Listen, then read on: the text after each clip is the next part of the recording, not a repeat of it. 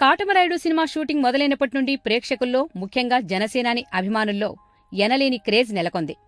ప్రపంచవ్యాప్తంగా ఉన్న ప్రేక్షకులు పవన్ను కాటమరాయుడి గెటప్లో అనుకరిస్తూ సోషల్ మీడియాలో పోస్టులు పెట్టారు.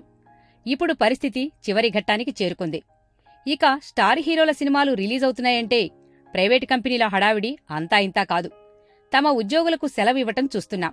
శుక్రవారం కాటమరాయుడు భారీ ఎత్తున రిలీజ్ కానున్న నేపథ్యంలో ప్రముఖ నగరాల్లో కొన్ని ఐటీ కంపెనీలు తమ ఉద్యోగులకు సెలవిచ్చేశాయి. శుక్రవారం చేయాల్సిన పనిని ఆదివారం చేసేలా సదుపాయాన్ని కల్పించింది ఓ ఐటీ కంపెనీ. మరోవైపు ఓవర్సీస్ మార్కెట్పై కన్నేసిన రాయుడు ఓపెనింగ్ కలెక్షన్స్ భారీ ఎత్తున రాబట్టాలని ప్లాన్ చేశాడు.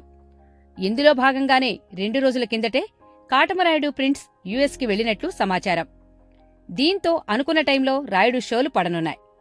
అమెరికాలో మొత్తం 250 స్క్రీన్స్లో రాయుడిని రిలీజ్ చేస్తున్నట్లు ట్రేడ్ వర్గాలు చెబుతున్నాయి.